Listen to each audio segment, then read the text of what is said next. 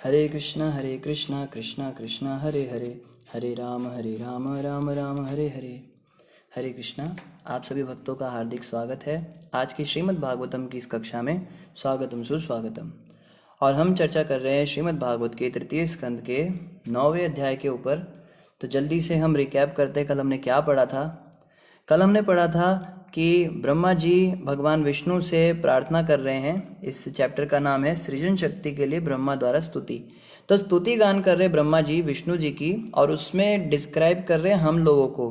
कह रहे कि सृष्टि में जो लोग होंगे, जो ये मनुष्य होंगे या जो होते हैं, ये जो हैं ये बड़े अभागे होते हैं। कभी तो इनको भूख लगती है, कभी प्यास लगती है, कभी ठंड लगती है, कभी गर्मी लगती है, नाना प्रकार की मुसीबतें झेलते हैं। और इनका मन हमेशा विचलित रहता है, इनको रातों में नींद नहीं आती, इनको बीमारी लग जाती है, क्योंकि दुनिया भर के इंद्र तृप्ति भोग में आसक्त रहते हैं। दुनिया भर की चिंताएं इनके मन में घूमती रहती हैं। मतलब ले दे के ब्रह्मा जी ने हमारे लिए एक भी पॉजिटिव चीज़ बोली नहीं, उन्होंने केवल यही बोला कि ये बिल्कुल बेकार लोग हैं। फिर बाद में ब्रह्मा जी कहते हैं लेकिन इसके विपरीत जो व्यक्ति आपकी यानी भगवान विष्णु की कथाओं का श्रवण करने में और उनका कीर्तन करने में, नाम जप करने में या लीलाओं का गान करने में रुचि उत्पन्न कर लेता है, उसको ये परेशानियां नहीं आती, उसको दुख नहीं होता, ऐसा ब्रह्मा जी बता रहे थे। और इसी श्रृंखला में आज हम पढ़ेंगे श्रीमद् भागवत स्कंद 3 अध्याय 9 और श्लोक संख्या है 11। हे प्रभु, आपके भक्तगण प्रामाणिक श्रवण विधि द्वारा कानों के माध्यम से आपको देख सकते हैं और इस तरह उनके हृदय विमल हो जाते हैं तथा आप वहां पर अपना स्थान ग्रहण कर लेते हैं।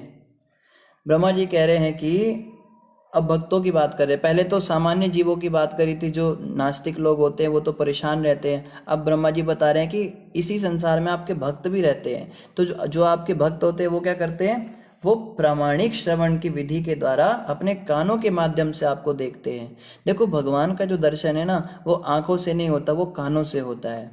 शुरुआत कानों से करनी होती है। हम आंखों से दर्शन करने का प्रयास करते हैं, हम कहते हैं भगवान दिखते क्यों नहीं, हमें भगवान दिखा दो, हम भगवान के दर्शन करना चाहते हैं। मान लो अगर भगवान के दर्शन हो भी गए, फॉर एग्जाम्पल अभी मान लो अचानक से भगवान आपके सामने आके प्रकट हो गए, खड़े हो गए, क्या करोगे?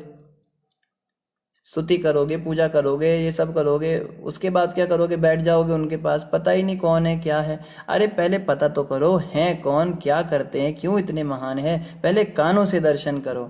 अभी जैसे एक व्यक्ति है, ठीक है, उसके सामने देश का प्रधानमंत्री आके खड़ा हो गया, लेकिन वो व्यक्ति जानता ही नहीं कि ये व्यक्ति देश का प्रधानमंत्री है, वो उसको पता ही नहीं। तो उसके उसके सामने खड़े होने का भी कोई फायदा नहीं। अब वो खड़ा हो जाएगा, पीने की कमी नहीं हो सकती है। ये व्यक्ति आपके पास आया है, आप इससे कुछ भी जो है मुक्ति मांग लो या इससे कोई कांटेक्ट बना लो, फॉर एग्जांपल संसार की दृष्टि से बता रहे हैं। तो जब उसको पता लगता है कि इस व्यक्ति की महिमा क्या है, ये मेरे पास आया है और कितनी बड़ी बात है और मैं क्या इससे लाभ ले सकता हूँ, तब तक उसके सामने खड़े होने का कोई फायदा नहीं। इसी प्रकार भगवान अगर हमारे सामने प्रकट हो भी गए, आज हमारी स्थिति ऐसी है, हमारा जो मन है ये भोग वासनाओं से भरा हुआ है। हम ऊपर ऊपर से तो बोलते हैं, मैं अपनी बात भी करता हूँ, हम लोग ऊपर से बोलते हैं कि बस प्रभु जी संसार में कुछ नहीं रखा, सब समझ में आ गया, पूरी फिलॉसफी समझ में आ गई, अब बस भगवत प्राप्ति करनी है, मैंने बस भगवान के धाम जाना है, भक्ति करनी है। हम बोलते बेशक हैं, लेकिन आज भी हमारी संसार से आसक्ति खत्म नहीं हुई है। कुछ दिन के लिए हम भगवत धाम में चले जाएंगे, फिर हमको याद आएगा, अरे भौतिक जगत में तो हम ऐसे घूमते थे, वहाँ तो ये होता था, वहाँ तो वो होता था। जो हमारी यहाँ की वासनाएं बनी हुई हैं ना, जो हमने आदतें बिगाड़ रखी हैं, जब तक ये सुधरेंगी नहीं तब तक भगवत धाम अगर भेज भी देंगे भगवान, हमको ले भी जाएंगे मान लो, तो भी हमारा वहाँ मन नहीं लगने वाला। कुछ दिन बाद फिर हमें यहाँ की याद आने लगेगी। ऐसा होता है। अभी जैसे एक जगह पे हम क्लास कर रहे थे बच्चों की स्कूल में, तो बताया भाई भगवत धाम में ये होता है वो होता है। एक बच्चा पूछता है, प्रभु जी भगवत धाम में वीडियो गेम होते हैं क्या, मोबाइल फ़ोन में वीडियो गेम खेल सकते हैं? हमने कहा ये तो नहीं होता है वहाँ पे। तो फिर नहीं मैंने जाना। अरे भैया देखो दिमाग कहाँ चलता है। जैसे एक बार क्या हुआ था ना, इंद्र देवता ने कुछ गलती कर दी थी तो उनको श्राप मिला था, उनको सुअर बनना पड़ा था। सुअर बने संसार में आए। अब स्वर्ग में तो नालियाँ होती नहीं है, वहाँ तो टट्टी होती नहीं, गंदगी होती नहीं, तो अब उसको इस संसार में आना पड़ा। इंद्र को सुअर बना के नाली में पड़ा है। अभी वहां पे इंद्र नहीं है, स्वर्ग में असुरों का अटैक हो गया। अब सारे देवता घबरा गए, भाई हमारे पास तो राजा ही नहीं है, हम तो हार ही जाएंगे। तब ब्रह्मा जी को बोला, ब्रह्मा जी जरा इंद्र को वापस लेकर आइए, आप जैसे तैसे उसको समझा बुझा कर वापस लाइए। तो ब्रह्मा जी आए, इंद्र देवता तो यहाँ पे मल में लिपटे हुए खा रहे हैं उसको, बच्चों को पाल रहे हैं, सुला रहे हैं। तो ब्रह्मा जी कहते हैं, इंद्र चलो वापस चलो, स्वर्ग में जाना है। कहते हैं, कौन हो भैया? कहते हैं, मैं ब्रह्मा हूँ, तुम इंद्र हो, तुम भूल गए। कहता है, ये सब पागलपन की बातें किसी और को जाके करना, मैं आपकी बातों में आने वाला नहीं हूँ, मुझे आप ब्रेन वॉश मत करो, मैं तो सुअर हूँ। तो ब्रह्मा जी ने उनको बहुत समझाया, फिलॉसफी सुनाई, जैसे हम भागवत में सुनाते हैं ना, आप शरीर नहीं हो, आप आत्मा हो, आपका नाम ये नहीं है, आपके माता पिता ये लोग नहीं हैं, आप इस संसार के नहीं हो। कितना आर्टिफिशियल लगता है ना शुरू शुरू में, मतलब एकदम अजीब सी बात लगती है कि मैं ये शरीर नहीं हूँ, मेरे माँ बाप नहीं है। फिर हम ना सोचते हैं ये, मतलब फिलोसफिकली समझ लेते हैं, थियोरेटिकली तो शास्त्रों में लिखा है तो मानना पड़ेगा, लेकिन अंदर से वो फीलिंग नहीं आती। माँ बाप को देख के कभी फीलिंग नहीं आती कि ये पराये लोग हैं, और गुरु भाई बहनों को, गुरु महाराज को या प्रभुपाद जी आचार्यों को देखकर फीलिंग नहीं आती कि ये अपने हैं। तो ये बड़ी आर्टिफिशियल तरीके से इंद्र को लगा कि भैया मैं तो सुअर हूँ, ये कैसे कह रहे हैं मैं इंद्र हूँ। चलो फिर भी मान लेता हूँ, फिलोसफिकली कह रहे हैं हमको प्रभु जी जैसे कहते हैं। तो इंद्र ने कहा, ठीक है ब्रह्मा जी, मैं एक शर्त पे जाऊंगा स्वर्ग में। क्या? स्वर्ग में मेरी पत्नियां भी मेरे साथ जाएंगी, मेरे छोटे छोटे बच्चे ये भी मेरे साथ जाएंगे, अगर आप इन्हें लेने को तैयार हो तो मैं चलूंगा। सेम टू सेम कंडीशन हमारी है। हम कहते हैं, प्रभु जी भगवान की धाम जाएंगे परिवार को लेकर, मेरी पत्नी मेरे बच्चे सबका उद्धार करना है मैंने, ये इनको यहाँ नहीं छोड़ना, ये बेचारे यहाँ परेशान होंगे। अभी देखो, इंद्र जब था वो तब पता भी नहीं था ये सुअरी, और ये इनको देखना भी पसंद नहीं था, इनके मुंह पे थूकता था पहले। अब कितना प्रेम आ गया, ये मेरे बच्चे हैं, सुअर हैं, और कहता है ऊपर मल खाने को मिलेगा स्वर्ग में। इन ब्रह्मा जी कहते हैं स्वर्ग में मल थोड़ा ना होता है, स्वर्ग के निवासी कुछ खाते भी है ना तो उनके पेट में मल नहीं बनता, ऐसा बताया जाता है शास्त्रों में। तो कहता है फिर मैंने नहीं जाना, मल में इतना स्वाद लग रहा है इंद्र को, और सुअरी पत्नी और बच्चे, इतना कहने का मतलब जब व्यक्ति संसार में आके फंसता है ना, जीवात्मा बिल्कुल अपना स्वरूप पूरी तरह भूल जाता है, एकदम आर्टिफिशियल लगता है उसको कि ये क्या बताया जा रहा है, मैं आत्मा हूँ, शरीर नहीं हूँ, माँ बाप मेरे नहीं हैं, और कितना मतलब उसको विश्वास ही नहीं होता इन बातों पर शुरुआत में। लेकिन धीरे धीरे सुनते सुनते सुनते सुनते क्या होता है, एक दिन समझ में आने लगता है। इसीलिए ब्रह्मा जी कह रहे हैं, कानों से पहले भगवान का दर्शन कीजिए। अभी आपकी स्थिति नहीं है कि भगवान साक्षात खड़े भी हो जाए, आपको दर्शन दे भी दें, मान लो भगवत धाम भी ले जाएं, तो भी आप वहां जाके मल ही ढूंढेंगे, हम वहां पे जाके मल ही ढूंढेंगे कि हमें मल दे दो। वहां पे भी इंद्र तृप्ति करेंगे, इसी कारण से तो इस संसार में आए थे। वहां जाके कहेंगे भैया पत्नी दो मुझे, उसको भोगना है, स्त्री तो कहेगा पति चाहिए मुझे, पुरुषों को भोगना है, मुझे तो खाना है पीना है। वहां तो सब कृष्ण की तुष्टि के लिए लगे होते हैं, अपनी इंद्रियों की तो कोई तर्पण की बात ही नहीं होती वहाँ पे। लेकिन हमारी जो आज की स्थिति है, हम तो प्रसाद भी इसीलिए बनाते हैं, भगवान को भोग लगा दो, जल्दी जल्दी लाओ, फिर भूख लगी है, मतलब भगवान को भोग लगाना एक मजबूरी है। और इसलिए बड़ी बड़े दिल पे पत्थर रख के भगवान के सामने 2 मिनट के लिए फेंक देते हैं कुछ खाने पीने का सामान, हाँ हो गया, लग गया भोग, जल्दी लाओ, भूख लगी है। तो हमारी स्थिति ऐसी, आज भगवान को भोग भी लगाते हैं कि हम खाएंगे, वो भी मजबूरी में कर रहे हैं, 4 नियमों का पालन भी मजबूरी में कर रहे हैं। हम कहाँ भगवत धाम जाने लायक हुए हैं? बड़ी बड़ी बातें करने से नहीं होता है कि बस मुझे तो सब समझ में आ गया, मैंने तो बस अब भक्ति करनी है, मैंने तो धाम में जाना है। व्यवहारिक जीवन में भी दिखना चाहिए वो सब। तो ये हमारी स्थिति है। इसलिए एक बार क्या हुआ था ना, श्रील भक्ति सिद्धांत सरस्वती ठाकुर, ये प्रभुपाद जी के गुरु महाराज थे, तो वो वृंदावन में एक बार प्रवचन कर रहे थे। तो प्रवचन कर रहे थे तो प्रभुपाद जी उस समय गृहस्थ थे, वो 20-22 साल के लड़के थे, नौजवान थे, सबसे आगे बैठते थे वो प्रवचन में। तो प्रभुपाद जी भी इस कथा सुन रहे थे। तो अचानक से बीच कथा में भक्ति सिद्धांत प्रभुपाद के कुछ शिष्य आए, सन्यासी शिष्य बीच कथा में आए। तो भक्ति सिद्धांत प्रभुपाद ने कहा, तुम लोग कहाँ थे? कथा तो बड़े समय से चल रही है। कहते हैं गुरु महाराज, यहाँ ना आसपास के जो मंदिर है उनके दर्शनों का समय हो गया था, दर्शन बंद होने वाले थे, इसलिए हम वहाँ दर्शन करने चले गए थे कि हमें बाद में दर्शन ना हो पाते। तो भक्ति सिद्धांत प्रभुपाद ने बहुत डांटा उनको। कहते हैं तुम्हारा गुरु यहाँ पे प्रवचन कर रहा है, कृष्ण कथा सुना रहा है, और तुम जाके ठाकुर के दर्शन करने जा रहे हो, अपने आंखों की एक्सरसाइज करके आ गए। ये शब्द उनके थे, अपनी आंखों की तुम व्यायाम कर आ गए। एक्सरसाइज करके आ गए आंखों की कि ठाकुर के तुम क्या दर्शन करने गए, तुम्हें कहाँ ठाकुर के दर्शन हुए, तुमको पत्थर दिखा होगा, लकड़ी दिखी होगी, यही सब दिखा होगा। सचमुच के ठाकुर के दर्शन तो यहाँ बैठ के कानों से करो ना। यहाँ कृष्ण कथा तुमको सुना रहा हूँ। फिर प्रभुपाद जी की तरफ उन्होंने इशारा किया, भक्ति सिद्धांत प्रभुपाद, ये जो लड़का है ना, देखो ये बड़ा गंभीर है, ये हमेशा प्रवचन में सबसे आगे बैठता है और बड़े ध्यान से सुनता है, मैंने कई बार इसको नोट किया है। ये प्रभुपाद जी के लिए उन्होंने शब्द कहे थे और हमने देखा आगे प्रभुपाद जी ने वो कार्य किया भी। प्रभुपाद जी ने इतना विशाल ये इस्कॉन संस्था का निर्माण किया, हजारों लाखों विदेशियों को भगवत प्राप्ति कराने के रास्ते पे आगे किया। तो कहने का अर्थ है, शुरुआत में हमें कानों से भगवान का दर्शन करने के लिए ज़्यादा ललायित रहना चाहिए। जहाँ भी कृष्ण कथा सुनने को मिल जाए पहुँच जाना चाहिए। अभी क्या होता है, हम तीर्थ यात्रा के नाम पे अलग अलग मंदिरों में, अलग अलग धामों में चले तो जाते हैं। कोई कहे भाई मैंने तो 9 देवियाँ कर ली, मैंने तो 12 ज्योतिर्लिंग कर लिए, मैंने तो 4 धामों में यात्रा कर ली। क्या करके आया सब जगह? आंखों की एक्सरसाइज करके आया, पिकनिक मना के आया, पत्नी के साथ, बच्चों के साथ फैमिली जा रही है, 2-3 फैमिलीज वहाँ हा हा ही चल रहा है, ट्रेन के अंदर चिप्स खा रहे हैं और वो गेम खेल रहे हैं मोबाइल में, और वहाँ जाके दर्शन के नाम पे क्या करते हैं, आंखों की एक्सरसाइज करते हैं। फिर वहाँ पे भी इधर उधर की बातें करते हैं, होटलों में जाते हैं। वृंदावन में भी जाएंगे तो कहीं छाछ पी रहे हैं, कहीं रबड़ी खा रहे हैं, कहीं दूध पी रहे हैं, हा ही कर रहे हैं। हाँ भाई, तुमने पेड़े खाए क्या बांके बिहारी? आप बांके बिहारी के पेड़े खिलाओ और राधा स्नेह जी का वो रबड़ी खाओ, बस खाना पीना ये सब करके और आ जाते हैं वापस। ये धाम यात्रा थोड़ी ना होती है। प्रभुपाद जी समझाते हैं, तीर्थ यात्रा का फल तो उस व्यक्ति को मिलता है, और शास्त्रों में भी लिखा है कि तीर्थ यात्रा का वास्तविक फल तो उसको मिलता है जो तीर्थ स्थान में जाके साधुओं के बीच में बैठकर उस तीर्थ की महिमा का श्रवण करके आया हो, भगवान की कथा सुन के आया हो, कुछ जीवन में उतारने लायक बात सीख के आया हो उनसे, और वापस आके उसने जीवन में कुछ बदलाव लाने का प्रयास किया हो, उसको कहते हैं तीर्थ स्थान। अभी भागवत में एक श्लोक आएगा, आगे आएगा, उस श्लोक में यहाँ तक बताया गया है, जो व्यक्ति सोचता है तीर्थ स्थान मतलब कोई स्नान करने का जगह, वहां पे जाके बस नहा के आ जाओ किसी पवित्र नदी में, या दर्शन करके आ जाओ वहां किसी देवता की, तो वो व्यक्ति बिल्कुल मूर्ख है। वास्तविक तीर्थ यात्रा तो वो है जिसमें जाके कथा सुनी जाती है।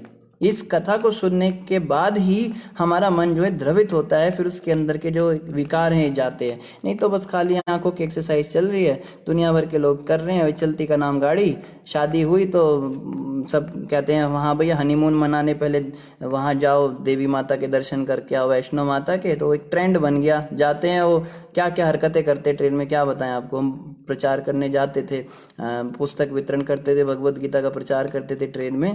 तो उधमपुर से जब हम बैठते थे वहाँ वैष्णो देवी के लिए ट्रेन में, हम बता नहीं सकते क्या क्या हरकतें करते थे। हम माता रानी का तो बस नाम होता है, ये नए नए जोड़े थोड़ा ना, इनको थोड़ा ना जाना चाहिए। जाने का तो उनको जाना चाहिए जो भक्ति के भाव से जा रहे हैं, जिनमें जो थोड़ा उम्र में पक गए, जिनको थोड़ा भक्ति में कुछ अनुभव हैं।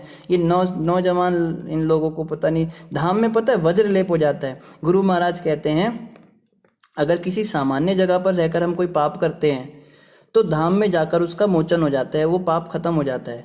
लेकिन धाम में अगर हम कोई पाप करके आते हैं तो फिर वो वज्रलेप हो जाता है, फिर उसका मोचन कभी नहीं होता, ऐसा बताया गया। इसलिए धाम में जाने से पहले हमें बड़ा सतर्क रहना चाहिए। चाहे वृंदावन जा रहे हैं, मायापुर जा रहे हैं, या कोई भी धाम में जा रहे हैं, भगवान के जगन्नाथपुरी जा रहे हैं, तो बहुत सावधान रहना चाहिए। 10 प्रकार के तो धाम अपराध बताएं शास्त्रों में।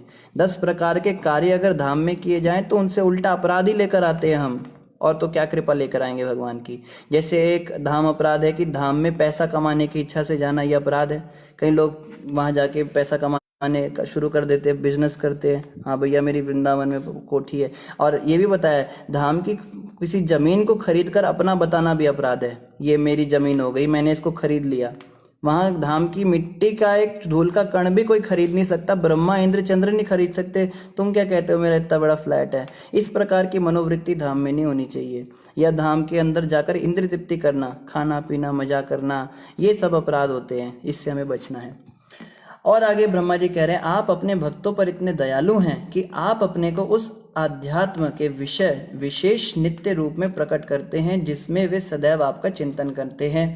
तो यहाँ ब्रह्मा जी बता रहे हैं, प्रभु आप तो इतने दयालु हैं कि जो ये टॉपिक्स होते हैं ना, जो हम जैसे भागवत के टॉपिक्स ले रहे हैं अलग अलग, कि अभी क्रिएशन का टॉपिक हुआ था, सृष्टि कैसे बनी, उसके बाद में अभी ये टॉपिक हो रहा है कि ब्रह्मा जी कैसे आए, फिर टॉपिक हुआ था कि भगवान कृष्ण जब संसार से गए थे तो क्या हुआ था।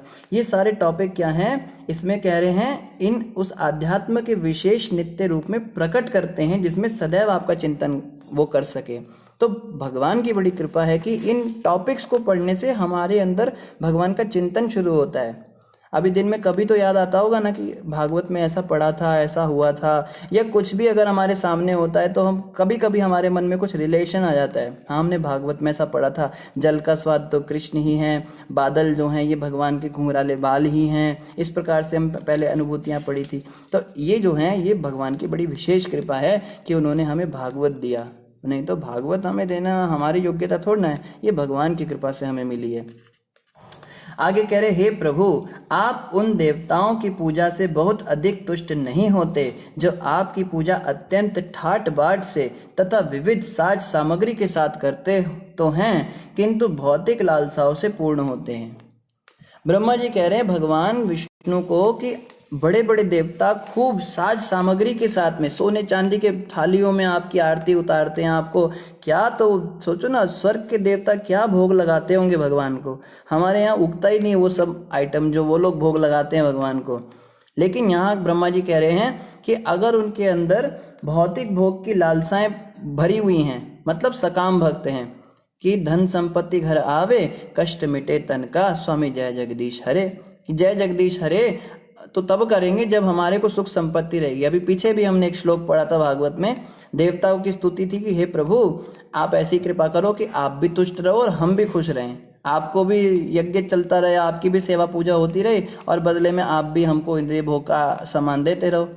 तो ये जो है ये सकाम भक्ति है। ब्रह्मा जी कह रहे हैं आप इससे इतने खुश नहीं होते। और इसके विपरीत क्या होता है, आप हर एक के हृदय में परमात्मा के रूप में अपनी अहेतु की कृपा दर्शाने के लिए स्थित रहते हैं। आप नित्य शुभ चिंतक हैं किंतु आप अभक्तों के लिए अनुपलब्ध हैं। यहाँ पे बताया जा रहा है, ब्रह्मा जी कह रहे हैं कि सबके हृदय में परमात्मा के रूप में आप अपनी अहेतु की कृपा दर्शाने के लिए स्थित रहते हैं कि भगवान अवेलेबल हैं। देखो भगवान तो नास्तिक के हृदय में भी है ना, लेकिन फिर वो नास्तिक क्यों बना हुआ है। कोई प्रश्न कर सकता है, जब भगवान उसके हृदय में तो वो क्यों नहीं मान रहा भगवान को, ऐसा कैसे हो सकता है, भगवान उसको क्यों नहीं मनवाते हैं। तो यहाँ ब्रह्मा जी कह रहे हैं कि भगवान सबके शुभ चिंतक हैं, भगवान तो सबका भला चाहते हैं, लेकिन भगवान कभी भी मतलब ज़बरदस्ती नहीं करते किसी के साथ। पहल तो आपको ही करनी पड़ेगी। देखो सुदामा कितना गरीब था, कितना परेशान था, लेकिन जब तक सुदामा ने मन नहीं बनाया कि कृष्ण से मिलना है तब तक कृष्ण उससे नहीं मिले थे। सुदामा का जो घर था वो कृष्ण की द्वारका से बहुत दूर था, लेकिन सुदामा ने मन में ठान लिया जितना भी दूर हो मैंने कृष्ण से मिलने जाना है। तो जब सुदामा चलने लगे तो चलते चलते रात को रुके, थोड़ा सा एक डिस्टेंस कवर कर पाए थे और एक पेड़ के नीचे सो गए। अब जब सुबह उठे तो देखते सामने ही द्वारकाधीश का महल है कि हम अगर भगवान की तरफ एक कदम चलते हैं तो भगवान हमारी तरफ 100 कदम चलते हैं। और बाद में जब सुदामा ने द्वारपालों को बताया कि जाके कृष्ण से बोलो सुदामा आया है, और कृष्ण ने सुना कि सुदामा आया है, कृष्ण तो चप्पल पहनना भी भूल गए। भगवान राजा हैं, राजा का क्या ठाट होता है, राजा कभी ऐसे भाग के नहीं आता किसी से मिलने। राजा पहले सैनिकों को भेजता है, आने दो अंदर, और वो सिंहासन पे होता है, फिर वो उठ भी नहीं सकता, दरबारी हैं सब सामने, ऐसे गले नहीं मिलता राजा। लेकिन कृष्ण तो सब भूल गए, सुदामा का नाम सुनते दौड़े दौड़े गए, नंगे पैर भागे और जाते उसको गले लगा लिया एकदम मतलब जो गेट था, गेट एंट्रेंस गेट पे गले लगा लिया, इतना प्रेम। तो लेकिन पहल तो सुदामा को करनी पड़ी ना। कृष्ण तो प्यार करते थे सुदामा से, लेकिन अगर सुदामा पहल ना करते जाने की तो कृष्ण थोड़ा ना 100 कदम चल के उनके पास आते। तो कहने का अर्थ है, ब्रह्मा जी कह रहे हैं कि आप नास्तिकों के लिए अनुपलब्ध हैं, you are not available for atheist, क्योंकि वो ही नहीं चाहते कि हम भगवान से मिलें। तो पहल हमें करनी पड़ेगी, हमें मन बनाना होगा कि हाँ हमें भगवान कृष्ण की प्राप्ति करनी है। बस आप इतना कीजिए, फिर आप देखेंगे जीवन के अंदर ये अनुभव की बातें हैं। आपके भी साथ हुआ ही है, आप सबके साथ होता होगा, मेरे साथ भी होता है कि हमारे जीवन में ऑटोमेटिक ऐसी ऐसी घटनाएं घटती चली जाती हैं कि हम बाय डिफ़ॉल्ट भगवान के और नज़दीक आते जाते हैं। हम बस मन में सोचते हैं काश ये हो जाता, काश मैं और भक्ति में आगे बढ़ जाऊं, काश कोई भक्त मुझे आसपास मिल जाए, काश मेरे घर के लोग थोड़ा समझ जाए इस बात को, काश मेरे घर में भी ठाकुर जी आ जाएं, काश मैं कंठी माला पहन लूँ, काश मेरा ये प्याज लहसुन छूट जाए। केवल हम सोचते हैं, कुछ करते नहीं है, और सामने से सब कुछ ऑटोमेटिक होने लगता है। घर वाले भी अनुकूल हो जाते हैं, आसपास मंदिर भी आ जाता है, भक्तों का संग भी हो जाता है, कोई अच्छा सा भक्त भी मिल जाता है जो हमें गाइडेंस भी देता है, फिर आगे आगे बढ़ने के लिए प्रोत्साहन भी भगवान देते हैं। सब ऑटोमेटिक होता है, हमने बस खाली मन बनाना है, केवल इच्छा करनी है। इस बात को ब्रह्मा जी इस श्लोक में बता रहे हैं। आगे क्या कह रहे हैं?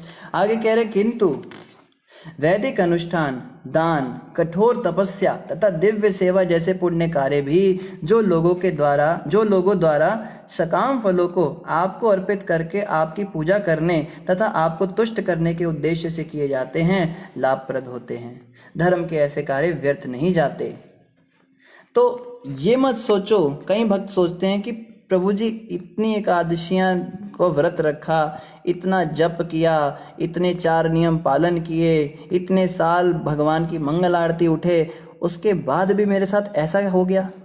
कई बार भक्तों के साथ कुछ बहुत बुरा हो जाता है, उनके किसी परिवार के जन की मृत्यु हो जाती है, उन्हें कोई बहुत बड़ी बीमारी लग जाती है, उनका कोई बहुत बनता काम बिगड़ जाता है, उनको कोई मानसिक बड़ा क्लेश आ जाता है, कई बार उनको दैविक क्लेश आ जाता है, उनके परिवार के ऊपर कुछ आपदा आ जाती है, कुछ भी हो जाता है, तो भक्त टूट जाता है। वो सोचता है इतना पूजा किया, इतना पाठ किया, इतना भक्ति किया, क्या फल मिला इसका, रिजल्ट ये हुआ।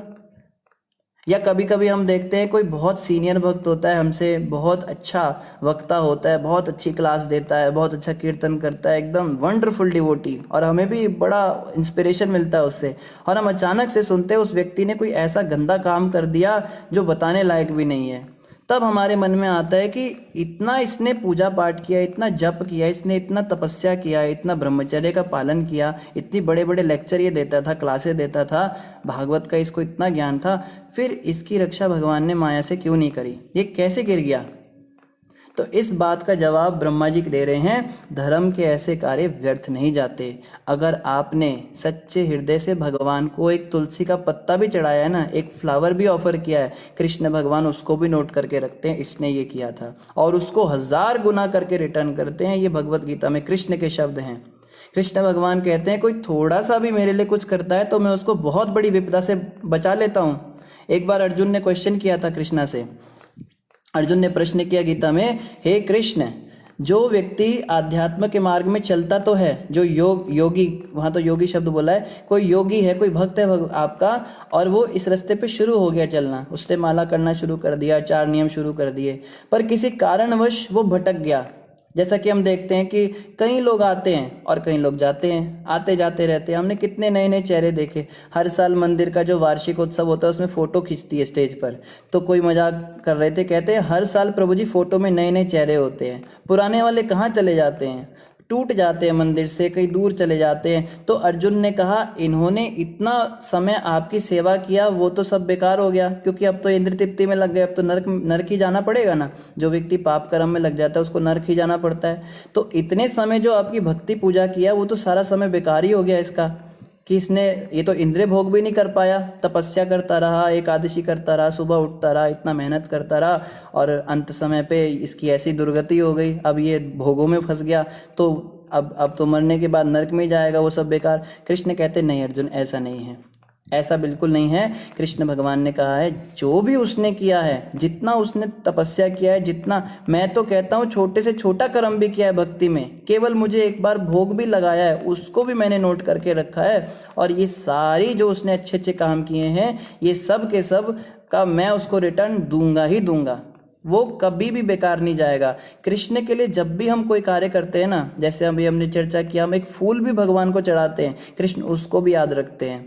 तो जो कृष्ण के लिए इतनी मेहनत कर रहा है, इतना परिश्रम कर रहा है, फंड कलेक्शन कर रहा है, चाहे जन्माष्टमी मना रहा है, चाहे व्रत रख रहा है, चाहे उनके नाम का जाप कर रहा है, चाहे भागवत का श्रवण कर रहा है, चाहे वो भोगों को नहीं भोग रहा है, शराब नहीं पी रहा, मांस नहीं खा रहा, क्योंकि कृष्ण को पसंद नहीं है इसलिए नहीं कर रहा है सब। मन तो सबका करता है, हमारा नहीं मन करता है क्या? हमारा भी मन करता है, हम भी थोड़ा पार्टियों में घूमे, अपने दोस्तों के साथ जाके डिस्को में नाचे, लेकिन कृष्ण को पसंद नहीं है इसलिए हम नहीं जाएंगे। तो भगवान कृष्ण कहते हैं जो ऐसा मेरा भक्त होता है, जो इतना कुछ करता है ना, उसको फिर मैं नरक में नहीं जाने देता। उसको अगला जन्म मैं किसी ब्राह्मण के परिवार में देता हूँ या किसी वैष्णव के परिवार में उसका जन्म होता है, और वहाँ पर जितनी भक्ति उसने की है वहीं से वो आगे कंटिन्यू करता है। ऐसा नहीं होता कि सारी भक्ति बेकार हो गई फिर से जीरो से शुरू करेगा, फिर वो शुरुआत करेगा कि मैं शरीर नहीं है आत्मा हूँ। कई बार हम देखते हैं ना, कुछ बच्चे ऐसे होते हैं, भक्तों के परिवार में कुछ बच्चे होते हैं, बचपन से ही उनको ज्ञान होता है, बचपन से ही जो है बाकी बच्चों के साथ खेल कूद में वो नहीं जाते, वो ऑटोमेटिक बड़े गहरे चिंतन में रहते हैं। उनको वो जो कहते हैं ना, कई बार भक्त बताते हैं कि ये जो मेरा बेटा है ये तो बचपन से प्याज लहसुन नहीं खाता, इसको हम खिलाते भी तो इसका मन ही नहीं करता। ये वही भक्त होते हैं जो भटक गए थे, इनको दोबारा जन्म मिलता है ऐसे परिवारों में। तो हमें समझना है कि भक्ति जो है ये कभी इसका नाश नहीं होता। इसलिए हम देखते हैं अलग अलग, जैसे कई बार जुड़वा बच्चे भी होते हैं ना, अलग अलग वृत्ति के होते हैं, एक बिल्कुल नास्तिक होता है, एक बिल्कुल भक्त होता है भगवान का। तो ये आत्मा कहाँ से आई है, और विशेष रूप से भक्तों के घर में जो आत्माएं पैदा होती हैं इनका बहुत ध्यान रखना चाहिए, क्योंकि ये वही भक्त हैं जो केवल भक्ति पूरी करने के लिए दोबारा जन्म लिया है उन्होंने। इनको जो है हमें ज़बरदस्ती काम धंधे में, संसार में नहीं फंसाना चाहिए। अगर उनका भगवान में रुचि हो रहा है बचपन से तो उनको उसी लाइन में जाने देना चाहिए। और अगर हमारा जन्म किसी ब्राह्मण परिवार में हुआ है या किसी वैष्णव परिवार में हुआ है या किसी धनी परिवार में हुआ है कि खाने पीने के लाले हमें नहीं पड़े बचपन से, तो हमें भी यही समझना है हम भी वही भटके हुए योगी हैं जो शुरुआत तो कर दिए थे लेकिन अब जो है वहाँ से फिर भटक गए थे, अब हमें दोबारा मौका मिला है। इसलिए ब्रह्मा जी कह रहे धर्म के ऐसे कार्य व्यर्थ नहीं जाते। ये नहीं सोचना चाहिए कि ऐसा क्यों हो गया, ऐसा मेरे कर्मों से हो गया। देखो अच्छे कर्म करे तो बुरे कर्म भी तो करे है ना, उनका भी तो लेखा जोखा देना पड़ेगा ना। हमने भक्ति की है बहुत अच्छी बात है, लेकिन गंदे काम भी तो किए हैं, तो वो गंदे गंदे काम जो हैं वो हमारे सामने आ जाते हैं कि हमारे साथ कुछ बुरा हो जाता है। तो इसका ये मतलब नहीं है कि इतना भक्ति किया, इतना पूजा किया तो कृष्ण ने मेरी रक्षा क्यों नहीं की। कर्मों को तो भोगना पड़ेगा ना, लेकिन इतना जरूर है, कृष्ण ने भगवत गीता में ये भी कहा है जो मेरी भक्ति में लगा होता है ना उसके बहुत बड़े बड़े पाप कर्म, जघन्य कर्मों को मैं बहुत छोटा करके देता हूँ। कि अगर किसी को फांसी लगनी होती है तो केवल कांटा चुबा देता हूँ, कृष्ण कहते हैं इतना कम कर देता हूँ मैं। तो यही सोचना चाहिए हमारे साथ अगर कभी कुछ बुरा हो, मेरे साथ तो और भी इससे कितना गंदा होना था, लेकिन भगवान बड़े कृपालु हैं कि मेरे साथ बस इतने से मैं निपट गया। कभी भक्तों को कट लग जाता है, कभी हाथ जल जाता है, वो बड़े बड़े एक्सीडेंट तो नहीं होते ना। यही सोचना चाहिए आज तो मेरा सिर ही कट जाना था, लेकिन देखो भगवान कितने दयालु हैं, बस उंगली कट गई, हल्की सी, हल्का सा कट लग गया। तो ये सोच के भक्तों को और खुश होना चाहिए जब कष्ट आते हैं कि देखो मेरा कितना बड़ा पाप कर्म निकल गया आज भगवान की कृपा से, और कितने आसानी से निकल गया। ममता माता कह रही है प्रभु अपने रास्ते से हटाना चाहते हैं जो उनको मानते हैं, उनकी कृपा। हाँ माता सही बात है आपकी। आगे यहाँ पे ब्रह्मा जी कह रहे हैं मैं उन पर ब्रह्म को नमस्कार करता हूँ जो अपनी अंतरंग शक्ति संहार का आनंद लेते हैं। तो ब्रह्मा जी कह रहे हैं, पहली बात तो ब्रह्मा जी ने कहा भगवान विष्णु पर ब्रह्म है, इसको समझना है। ब्रह्म का मतलब होता है, कई लोग कहते हैं ना भगवान ब्रह्म है, ब्रह्म ही परमात्मा है, ब्रह्म से सब कुछ आया है, अहम ब्रह्मास्मि, मैं भी वही ब्रह्म का एक हिस्सा हूँ, उन्हीं का एक पार्ट एंड पार्सल हूँ। तो ब्रह्म का भी जो उद्गम है उसको पर ब्रह्म कहते हैं। पर ब्रह्म मतलब जो ब्रह्म के भी परे है, जिससे ब्रह्म आया है। तो वो विष्णु जी के लिए ब्रह्मा जी ने प्रयोग किया शब्द, और विष्णु के साकार रूप के लिए किया है। इससे समझ में आता है कि जो साकार विष्णु स्वरूप है ये निराकार ब्रह्म ज्योति का भी उद्गम है, उससे भी बढ़कर है, ऐसा ब्रह्मा जी ने यहाँ पर बोला। और क्या कह रहे हैं कि आप क्या उनका विभेदित ना किया जा सकने वाला निर्विशेष स्वरूप कि आत्मा साक्षात्कारी जो होते हैं ना, योगी होते हैं, ऋषि मुनि होते हैं, ये भगवान के निराकार रूप का ध्यान करते हैं, बड़ी कठिन तपस्याएं करते हैं। लेकिन ब्रह्मा जी कहते हैं कि बहुत मुश्किल है भगवान के उस निराकार स्वरूप को समझना। लेकिन फिर भी अगर कोई समझ जाता है तो भी इसको समझना चाहिए कि निराकार स्वरूप का भी उद्गम, उसका भी सोर्स भगवान विष्णु है। और वो क्या करते हैं, अपनी नाना प्रकार की लीलाएं करते हैं, जैसे सृष्टि करते हैं, उसका पालन करते हैं, फिर संहार कर देते हैं। ये भगवान के लिए खेल खेल है, मतलब डेली का काम है उनका। हमारे लिए बहुत बड़ी बात है, प्रलय आएगी है, जैसे अभी टीवी चैनल पे आता है ना, 28 मार्च को पूरी दुनिया ख़त्म हो जाएगी, महाप्रलय आ रही है, फिर 28 मार्च को कुछ नहीं होता, फिर वो कहते हैं कि 21 दिसंबर को पूरी दुनिया ख़त्म हो जाएगी, फिर 21 दिसंबर को भी कुछ नहीं होता। हमारे लिए बहुत बड़ी बात है ये, हालांकि इसका मजाक बना दिया इन लोगों ने। देखो संसार जो है ना अभी ख़त्म नहीं होने वाला। शास्त्र कहते हैं 4,27,000 साल तक तो कुछ नहीं होने वाला। इस बात को गारंटीड आप नोट कर लीजिए। 4,27,000 साल के बाद कलयुग की अवधि पूरी होगी, तब महाप्रलय आएगी, उसके बाद सतयुग दोबारा से स्थापित होगा। तो अभी बड़ा समय है, इसलिए इन बेकार की अफवाहों में हमें जो है पड़ना नहीं चाहिए।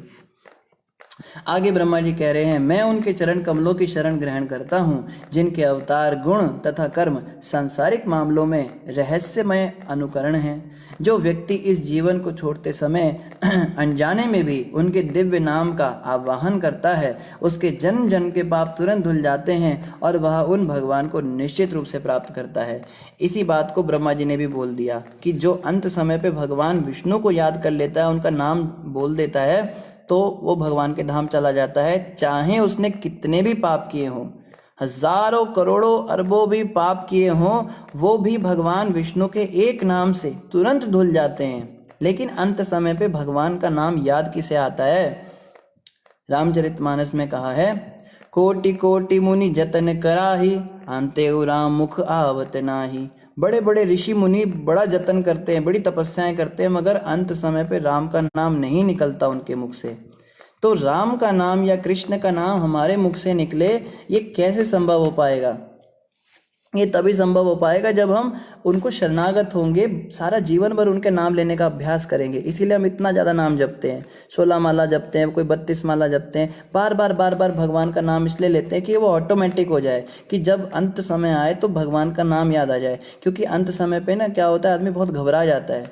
मृत्यु के समय 1000 बिच्छू एक साथ डंक मारे इतना दर्द होता है, उस पर भी कफ वात पित्त तीनों इकट्ठे हो जाते हैं, गला रुक जाता है, शरीर बेकार हो जाता है, बुद्धि विचलित हो जाती है, दिमाग सोचना बंद कर देता है, सारी शारीरिक क्रियाएं शिथिल पड़ जाती है। उस समय भगवान का नाम मुख से निकलना बहुत मुश्किल है। लेकिन जिसने जीवन भर अभ्यास किया होगा भगवान का नाम जपने का, केवल उसके मुख से भगवान का नाम निकलेगा। एक बार प्रभुपाद जी के एक शिष्य ने पूछा, प्रभुपाद जी मान लो हमारे मुख से अगर अंत समय पे भगवान का नाम नहीं निकल पाया, क्योंकि इतना मुश्किल है, तो हमारा तो जीवन बेकार हो जाएगा। प्रभुपाद जी ने बड़ा सुंदर उत्तर दिया। प्रभुपाद जी कहते हैं, अगर अंत समय पे अगर तुमने जीवन भर भगवान का अच्छे से सेवा किया है, एकदम ईमानदारी के साथ तुमने भक्ति की है, तो अंत समय पे भगवान तुम्हें याद करेंगे, वो तुम्हारे मुख से अपना नाम निकलवाएंगे, उनकी कृपा से ऐसा हो पाएगा, फिर तुम उनके धाम चले जाओगे। तो यही है कि हमारा तो अपना कोई योग्यता है नहीं। जैसे गुरु महाराज भी एक भजन गाते हैं, महाराज कहते हैं, तेरा नाम निकले मुख से, मेरे प्राण निकले सुख से, बच जाऊं घोर दुख से, जब प्राण तन से निकले। गोविंद नाम लेकर मेरे प्राण तन से निकले।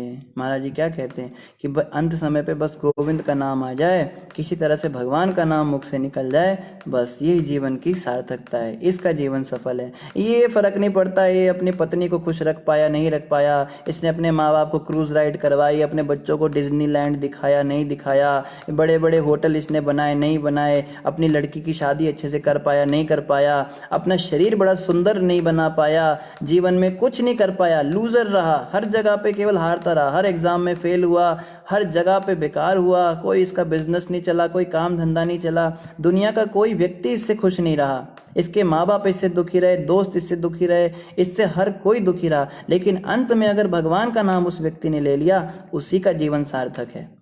और इसके विपरीत बड़ी बड़ी डिग्रियां ले ली, बहुत बड़ी हॉस्पिटल में डॉक्टर लग गए, बहुत बड़े लॉयर बन गए, बहुत एडवोकेट बन गए, या बहुत अपना पैसा बना लिया, पत्नी बच्चे बड़ा देखने में, और भगवान की भक्ति भी चल रही है, पूजा पाठ में भी पीछे नहीं हटे, बड़े बड़े लंगर चला रहे हैं, बड़े बड़े भंडारे करा रहे हैं, लेकिन अंत समय पे भगवान का नाम नहीं आया मुख पे, तो बेकार है वो सब, बेकार है वो डिग्रियां, बेकार है वो बढ़िया बढ़िया शरीर, बड़ा सुंदर अगर मिल गया था, बड़ा गोरा चिट्टा, बेकार है वो पत्नी जो मिली थी इसको, बड़ा दहेज लेकर आई थी, बेकार है इसका माँ बाप की सेवा करना, इसके माँ बाप इससे बड़े खुश हुए थे, सब बेकार है। अगर भगवान का नाम ही मुख से नहीं निकला अंत समय पे तो क्या फायदा, कुत्ते बिल्ली बनना पड़ेगा, फिर संसार में आना पड़ेगा। लेकिन भगवान का नाम जैसे तैसे अगर निकल गया, वही जीवन की जो वास्तविक हमारी सच्चाई है, वही हमारी सफलता है जीवन की। आगे क्या कह रहे हैं, जो व्यक्ति इस जीवन को छोड़ते समय अनजाने में भी उनके दिव्य नाम, अच्छा यहाँ बता रहे, मैं उनके चरण कमलों की शरण ग्रहण करता हूँ जिनके अवतार गुण तथा कर्म सांसारिक मामलों के रहस्यमय अनुकरण हैं। जो व्यक्ति इस जीवन को छोड़ते समय अनजाने में भी उनके दिव्य नाम का आवाहन करता है, उसके जन्म जन्म के पाप तुरंत धुल जाते हैं और वह उन भगवान को निश्चित रूप से प्राप्त करता है। ब्रह्मा जी कह रहे हैं इसमें कोई डाउट नहीं होना चाहिए, बिल्कुल निश्चित रूप से गारंटीड प्राप्त करेगा। आप लोग हैं, आप लोक रूपी वृक्ष की जड़ हैं। लोक मतलब लोक होते हैं ना अलग अलग, स्वर्ग लोक, जनोलोक, तपोलोक, तो कहते हैं ये सब लोक जो हैं ये पेड़ों के समान हैं, तो इनकी जड़ आप हैं, आपसे ये सब आया है। यह वृक्ष सर्वप्रथम भौतिक प्रकृति को 3 तनों के रूप में मुझ शिव तथा सर्वशक्तिमान आपके रूप में सृजन पालन तथा संहार के लिए भेद कर निकला है और हम तीनों से अनेक शाखाएं निकल आई हैं। इसलिए हे विराट जगत रूपी वृक्ष, मैं आपको नमस्कार करता हूँ। ब्रह्मा जी कह रहे हैं आप ही जड़ हैं, और आप जड़ हैं तो हम आपके तने हैं। पेड़ के तने होते हैं ना, फिर हमसे आगे और शाखाएं निकलती हैं खूब सारे। हम ऋषि मुनियों का सृजन करते हैं, भूतों प्रेतों का सृजन करते हैं, मनुष्य बनाते हैं, देवता बनाते हैं, सब आगे और फूल पत्तियाँ निकलती हैं उस पर। लेकिन जड़ भी भगवान विष्णु को बताया गया। तो कई लोग कहते हैं कि हम आपकी तरह पागल नहीं हैं, एक पे अटक जाओ, हम सबको खुश रखते हैं, हम देवी माता की भी पूजा करते हैं, हम तो सबको मानते हैं, हम सेक्युलर हिंदू हैं। अब हिंदुओं में भी सेक्युलर होने लगे, हम सबको बराबर मानते हैं। गणेश जी आ जाएं तो उनको भी प्रणाम करते हैं, हनुमान जी की भी आरती गाते हैं, और देवी माता की, शिव जी की, शनिदेव की, सूर्य देव की, इंद्रदेव की, चंद्रदेव की, सरस्वती माता की, जितनी मैक्सिमम हो सकती रखते हैं। और हम देखते भी, हम हमारे हिंदुओं के परिवारों में क्या होता है ना, हमारे मंदिरों में जितनी जगह होती है हम उतनी फ़ोटो ही रख लेते हैं। किसी का बड़ा मंदिर होता है ज़्यादा फ़ोटो रखता है, जिसका छोटा होता है वो कम फ़ोटो ही रखता है, जिसके पास कुछ नहीं होता ले देकर ब्रह्मा विष्णु महेश 3 रख लेता है। और आजकल पता नहीं और भी एक्स्ट्रा आ गए हैं, साईं बाबा और पता नहीं कौन कौन से बाबा दुनिया भर के आ जाते हैं। तो यहाँ पे क्या बताया जा रहा है, अगर 33 करोड़ देवी देवताओं में से आप मान लो मैक्सिमम 20 की भी डेली पूजा कर रहे हो, आरती कर रहे हो, मान लो कोई सोच रहा है भाई मैं तो सबको खुश रख रहा हूँ, तो 33 करोड़ देवी देवताओं में से केवल 20 ही आपसे खुश हैं।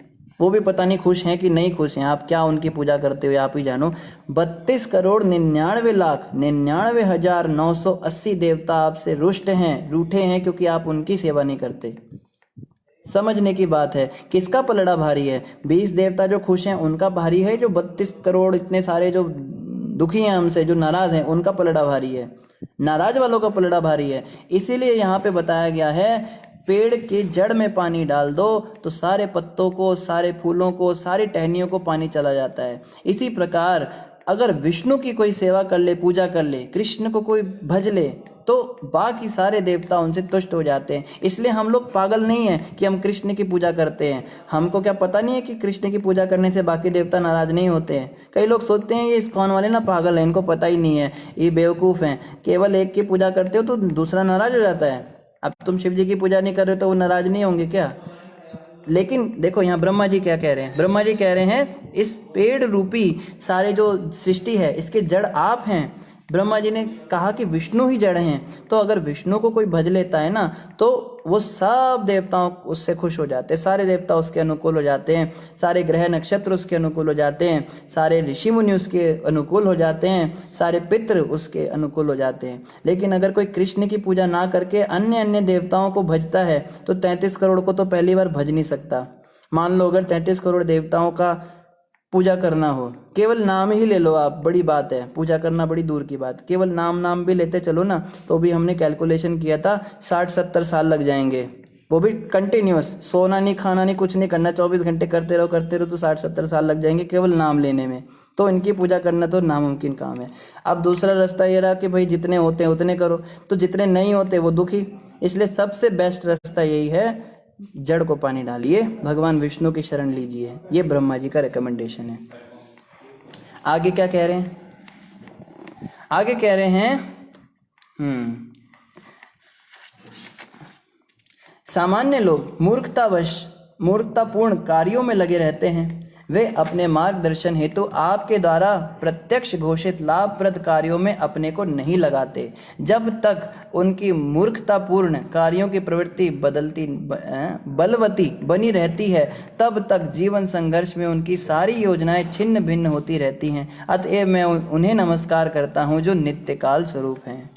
ब्रह्मा जी कह रहे हैं, बड़े बड़े बिजनेसमैन हो, चाहे बहुत खूबसूरत हीरोइन हो, चाहे कोई बड़ा आर्टिस्ट हो, चाहे कोई बहुत अच्छा खाना बनाने वाला एक्सपर्ट हो, चाहे कोई बहुत ही बड़ा कोई फैक्ट्री का ओनर हो, ब्रह्मा जी कह रहे हैं ये लोग क्या करते हैं, ये अपनी योजनाओं में असफल होते रहते हैं। हम देखते हैं बड़ी बड़ी सुंदर सुंदर एक्ट्रेसेस भी अपनी आत्महत्या कर लेती हैं। बड़े बड़े फैक्ट्री के ओनर जो होते हैं उनको रातों को नींद नहीं आती है, उनको गोलियां खानी पड़ती हैं, फिर भी नींद नहीं आती, उनके मर्डर हो जाते हैं। कई बार उनकी अपनी पत्नी उनको चाय में जहर दे के मार देती है प्रॉपर्टी के लिए, बच्चे मार देते हैं। कई बार हम देखते हैं कोई बहुत सक्सेसफुल बिजनेसमैन रहा होता है तो उसके बच्चे उसको बहुत बुरी तरह तड़पाते हैं, उसको कोई ऐसी बीमारियां लग जाती हैं। जैसे हम इसके बारे में सुन रहे थे ना, ग्रेट अली जो ये था, मोहम्मद अली के अंदर इतनी शक्ति थी, वो एक समय पे चैंपियन बन चुका था पूरे वर्ल्ड के अंदर। वो चैलेंज करता था कि मुझे रेसलिंग में कोई हरा दे तो मैं मान जाऊं, ऐसा था वो। और बुढ़ापे में उसको ऐसी बीमारी लगी, चाय का कप नहीं उठा सकता था हाथ से, उसके हाथ में इतनी शक्ति भी नहीं रही। तो ऐसे जो लोग हैं इनकी भगवान विष्णु भगवान विष्णु नहीं, स्वयं मतलब अपनी मूर्खतापूर्ण कार्यों की वजह से क्या होता है, उनके जो ये कार्य हैं ये बेकार होते रहते हैं, उनकी सारी योजनाएं असफल रहती हैं। और ब्रह्मा जी कह रहे हैं ये सब मूर्खतापूर्ण कार्य हैं। चाहे कोई सोचे मैं बहुत पढ़ा लिखा हो जाऊं, कोई सोचे मैं बहुत सुंदर हो जाऊं, कोई सोचे मैं बहुत पैसे वाला हो जाऊं, कोई सोचे मेरे अंदर दुनिया का सबसे बड़ा वैरागी हो जाऊं, इवन वैरागी बनना भी बहुत बड़ा गुरु बन जाऊं, हज़ारों लोग मेरे फॉलोवर बन जाएं, मेरे नाम से बड़े बड़े आश्रम बन जाएं। ये सब मूर्खतापूर्ण बातें हैं, क्योंकि ये सब जो हैं ये टेम्पररी हैं। मृत्यु की एक चपेट के साथ सब खत्म। कहाँ तो फॉलोवर जाएंगे, कहाँ तो पत्नी जाएगी, कहाँ तो परिवार जाएगा, कहाँ नोट जाएंगे, कहाँ पैसा, कहाँ बैंक जाएगा, कुछ साथ नहीं जाएगा। अंत समय पे तो भगवान का भजन किया होगा तो वही साथ जाएगा। ये ब्रह्मा जी कह रहे हैं। और क्या कह रहे हैं, इसीलिए मैं आपको नमस्कार करता हूँ। और भगवान विष्णु को नित्य काल स्वरूप कहा है ब्रह्मा जी ने, यानी कि भगवान विष्णु ही काल के स्वरूप में हमारा सब कुछ हरण कर लेते हैं। भगवान कृष्ण ने गीता में कहा है, जो नास्तिक है ना उनको भी मैं दर्शन देता हूँ। तो नास्तिकों के लिए बड़ी अच्छी ये सूचना है। आप में से अगर कोई किसी अच्छे नास्तिक को जानता हो तो आप उसको जाके बता सकते हो, भाई नास्तिक तेरे लिए भी भगवान कृष्ण ने गीता में कहा है, तुझे भी दर्शन जरूर मिलेगा, कृष्ण भगवान ने कहा है। लेकिन कृष्ण कहते हैं उनको मेरे श्याम सुंदर ये वृंदावन बिहारी लाल के रूप में दर्शन नहीं मिलेगा, उनको मैं काल के रूप में आकर जो है उसका सब कुछ हड़प ले जाऊंगा, मृत्यु रूप में आऊँगा उसके पास और सब छीन लूँगा, उसका घर गाड़ी बंगला जो उसने बनाया होगा, और सब छीन के उसको बिल्कुल नंगा कर दूंगा और नरक में फेंक दूंगा। इस रूप में आपको मिलेंगे, बता दो भैया। तो आपके ऊपर डिपेंड है, कृष्ण का तो दर्शन करना है, या तो वृंदावन बिहारी लाल के रूप में दर्शन कर लो, नहीं तो महाकाल के रूप में दर्शन कर लो। ये फैसला आपका है। भक्ति की होगी तो फिर श्याम सुंदर के रूप में दर्शन मिलेगा, भोग किए होंगे तो भाई काल के रूप में दर्शन मिलेगा। दर्शन तो जरूर मिल जाएगा, इसलिए इस बात की तो टेंशन नहीं है चलो कि भगवान का दर्शन नहीं हो पाएगा। आगे ब्रह्मा जी यहाँ बता रहे हैं, हे प्रभु मैं आपको सादर नमस्कार करता हूँ जो अथक काल तथा समस्त यज्ञों के भोक्ता हैं। कहते हैं आप सारे काल तथा समस्त यज्ञों के भोक्ता हैं। इस संसार में जितने भी यज्ञ होते हैं, यज्ञ मतलब कर्म, खाना बनाना, कपड़े धोना, पैसे कमाना, बच्चे पैदा करना, सारे कर्तव्य, सारे कर्म जो हैं ये भगवान विष्णु के प्रसन्नता के लिए होने चाहिए, भगवान विष्णु की तुष्टि के लिए होने चाहिए। यद्यपि मैं ऐसे स्थान में स्थित हूँ जो दो परार्धों की अवधि तक विद्यमान रहेगा, और यद्यपि मैं ब्रह्मांड के अन्य सभी लोगों का अगुआ हूँ, और यद्यपि मैंने आत्म साक्षात्कार हेतु अनेक वर्षों तक तपस्या की है, फिर भी मैं आपको नमस्कार करता हूँ। अब ब्रह्मा जी अपनी भी क्वालिफिकेशन बता रहे हैं। कोई ये ना सोचे ब्रह्मा क्या है, ब्रह्मा कोई होगा, कोई चीटी मकोड़ा होगा, ऐसे भगवान विष्णु को उसने प्रणाम कर दिया, मैं तो बहुत बड़ा रईस ज़्यादा हूँ, मैं तो नहीं करूँगा प्रणाम। जैसे तिरुपति बालाजी मंदिर में एक बार एक बहुत बड़ा अफसर आया, उसका मैं नाम भूल गया, उसका क्या नाम था। तो वो जूते पहनकर भगवान के दर्शन करने गया मंदिर में। उसको सारे पंडे पुजारी टोक रहे, सब कह रहे नहीं जा सकता नहीं जा सकता, बड़ा स्ट्रिक्ट नियम, लेकिन बड़ी पावर थी उसके पास, बड़ी पोजीशन थी, उसको बड़ा अभिमान हो गया था अपने ऊपर। जूते पहनकर मंदिर में गया तिरुपति बाला से मिलने। तो उन्होंने बोला भगवान विष्णु से, नारायण से मिलने जब हम जाते हैं ना, एक बड़े अच्छे पुजारी थे, बड़े सुलझे हुए, उन्होंने समझाया कि भगवान विष्णु से जब मिलने जाते हैं, नारायण से मिलने जाते हैं, तो ऐसे जाना होता है। तो वो कहता है आपकी बात सही है, नारायण से जब कोई सामान्य व्यक्ति मिलने जाता है तो उसको ये सब पालन करना होता है, लेकिन जब नारायण से नारायण ही मिलने जाता है फिर उसको ये सब नहीं करना पड़ता। वो मूर्ख कह रहा है मैं भी नारायण हूँ, वो मायावादी होगा, मैं भी भगवान तू भी भगवान। तो नारायण से मिलने जा रहे थे जूते पहनकर, अगली फ्लाइट उनकी हुई, हेलीकॉप्टर में बैठे, फिर ऊपर से ऊपर ही नारायण ने गायब कर दिया। आज तक पता ही नहीं चला उनका हेलीकॉप्टर क्रैश हुआ, हवा में गया, कहाँ गया, किसी बादल पे चला गया, डेड बॉडी भी नहीं मिली उस व्यक्ति की। तो यहाँ पे बताया जा रहा है जो व्यक्ति इस अभिमान में आ जाता है कि मैं विष्णु के आगे नहीं झुकूंगा क्योंकि मैं जो हूँ मैं बहुत बड़ा अफसर हूँ। तो यहाँ ब्रह्मा जी बता रहे हैं, मैं अपनी क्वालिफिकेशन बताता हूँ। ब्रह्मा जी कहते हैं तुम क्या हो मेरे आगे। कहते हैं, क्या कहते हैं, यद्यपि मैं 2 परार्धों की अवधि तक विद्यमान रहूँगा। ब्रह्मा जी की उम्र कितनी लंबी हम सोच भी नहीं सकते, हम कहें हम बहुत लंबी उम्र जिएंगे। ब्रह्मा जी 10,000 ये जो 1,000 जो चतुर्युगियाँ बीतती हैं, इतने में तो ब्रह्मा जी के 12 घंटे ही होते हैं। फिर ऐसे 12 घंटे की रात होती है, ऐसे ही 30 दिन का महीना, 12 महीने का साल और 100 साल ब्रह्मा जी की उम्र होती है, हम सोच भी नहीं सकते। और यद्यपि मैं ब्रह्मांड के अन्य सभी लोकों का अगुवा हूँ, हम पृथ्वी लोक की बात करते हैं, स्वर्ग लोक की बात करते हैं, कुछ भी नहीं है। ब्रह्मलोक के आगे सब जीरो है। ब्रह्मलोक का जो ऐश्वर्य है, ब्रह्मलोक में जो सुविधाएं हैं, ब्रह्मलोक में जो ज्ञान है, ब्रह्मलोक में जो आनंद है, उसकी हम कल्पना भी नहीं कर सकते। उसके सामने हम कुछ भी नहीं है, कुछ भी नहीं है। जैसे बाथरूम के अंदर कीड़े घूमते हैं ना, कीड़े मकोड़े, मल के अंदर चलने वाला जो कीड़ा है, उसको देखकर हम क्या सोचते हैं, वही भावना ब्रह्मलोक के निवासियों की हमारे प्रति होती है। ब्रह्मलोक नहीं, सॉरी, स्वर्ग लोक के निवासियों की ऐसी भावना होती है, ब्रह्मलोक की तो बात ही छोड़ दीजिए। और यद्यपि मैंने आत्म साक्षात्कार हेतु अनेक वर्षों तक तपस्या भी की है। कोई तपस्वी कहे मैं तो बहुत बड़ा तपस्वी हूँ, मैं तो बहुत बड़ा साधु हूँ, मैं तो बहुत बड़ा मुनि हूँ, मैंने तो बहुत ज्ञान ले लिया। ब्रह्मा जी कह रहे मेरे से ज़्यादा तपस्या तो नहीं कर पाएगा ना, तेरे को मैंने बनाया ना, मैं सबसे महान तपस्या कर सकता हूँ, ब्रह्मा जी के पास सबसे ज़्यादा पावर है। इतने बड़े तपस्वी होने के बाद क्या कहते हैं, फिर भी मैं आपको नमस्कार करता हूँ। ये बात ब्रह्मा जी अभिमान में नहीं कह रहे हैं, ये बात हमें समझाने के लिए बता रहे हैं, भाई मूर्खों, मैं इतना बड़ा आदमी होकर भी भगवान विष्णु के आगे झुक रहा हूँ, तुम क्या चीज़ हो।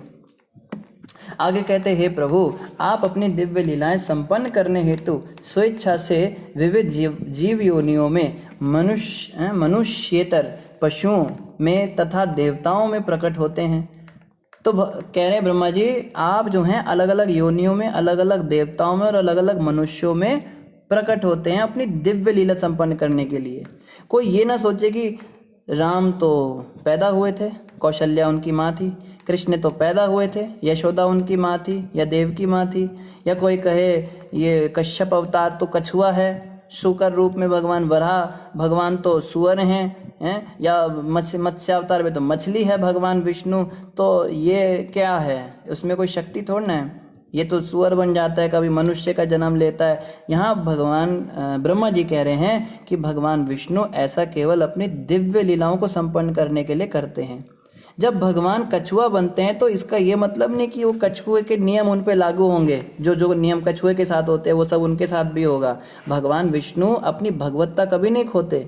जैसे भगवान जब मनुष्य बनते हैं, ठीक है, कृष्ण बने, तो सामान्य बालक की तरह उनकी एक्टिविटीज़ बचपन से ही नहीं थी। जब 3 दिन के थे गोद में तो इतनी बड़ी पूतना राक्षसी को होठों से मार दिया, फिर उसके बाद तो कितने राक्षस मारे उसकी गिनती नहीं। बताते हैं एवरीडे सुबह ब्रेकफास्ट के बाद एक राक्षस मारते थे, एक लंच से पहले असुर मारते थे और एक शाम के डिनर से पहले मार कर जाते थे। डेली 3 राक्षस भगवान ने मारने, उनकी तो गिनती नहीं है। भागवत में कहा है कि कितने राक्षस भगवान कृष्ण ने मारे उसकी कोई गिनती नहीं है, लेकिन कुछ का वृत्तांत हमें मिलता है।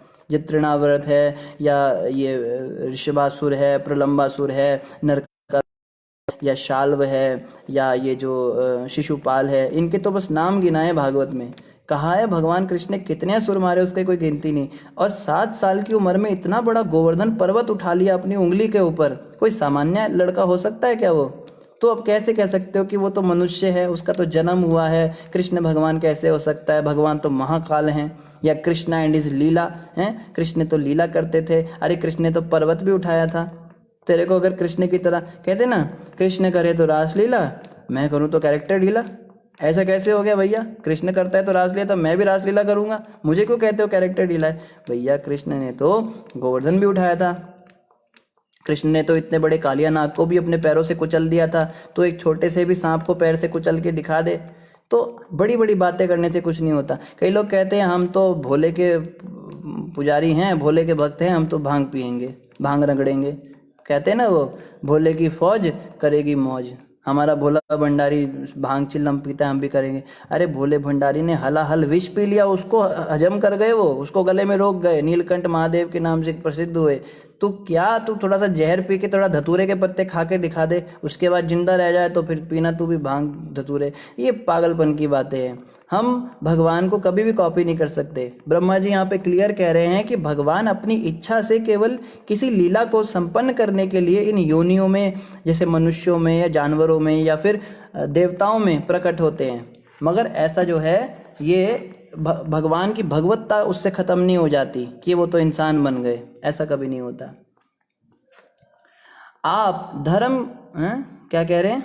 आप धर्म के अपने सिद्धांतों के दायित्वों को पूरा करने के लिए ही आते हैं। अतः हे परमेश्वर, ऐसे विभिन्न रूपों को प्रकट करने के लिए मैं आपको नमस्कार करता हूँ। ब्रह्मा जी कहते हैं आपके ये काम देखकर मेरे तो चारों माथे चकरा जाते हैं, मैं बस आपको नमस्कार ही कर सकता हूँ। आपकी इन लीलाओं को समझना तो मेरे लिए बिल्कुल नामुमकिन कार्य है।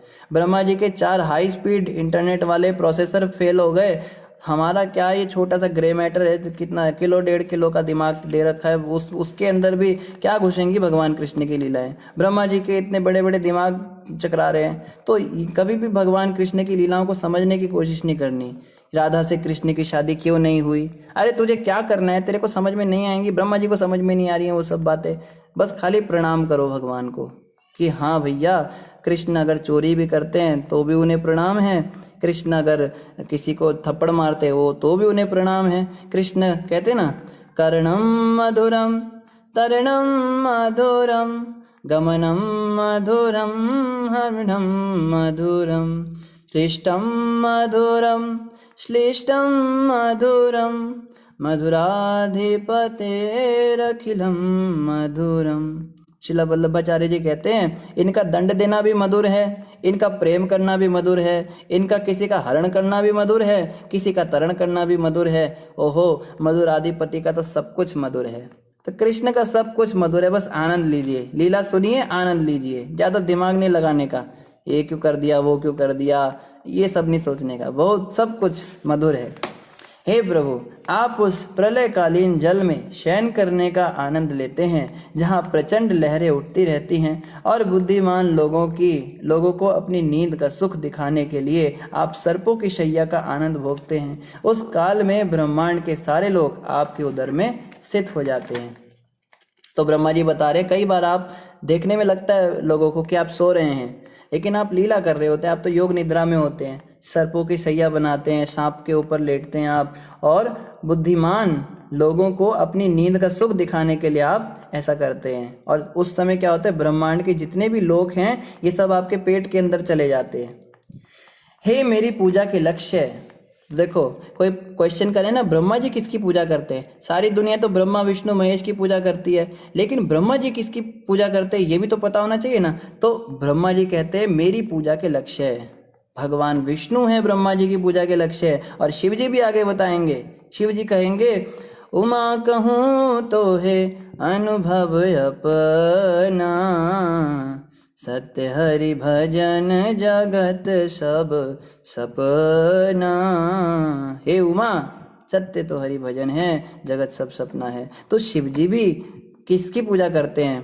प्रश्न उठता है ना। शिव जी की आप फोटो देखेंगे, वो माला जपते हैं, किसी में वो ध्यान में बैठे, समाधि में बैठे हैं, किसी में वो पार्वती माता को कुछ बात बता रहे हैं। प्रश्न उठता है किसके नाम की माला जप रहे हैं? अगर महादेव ही सब कुछ है, सबसे बड़े हैं, देवों के देव हैं, उनसे ऊपर कौन हो सकता है भला, जिसका वो ध्यान करते हैं, जिसका वो जप करते हैं, जिसकी कथा वो सुनाते हैं।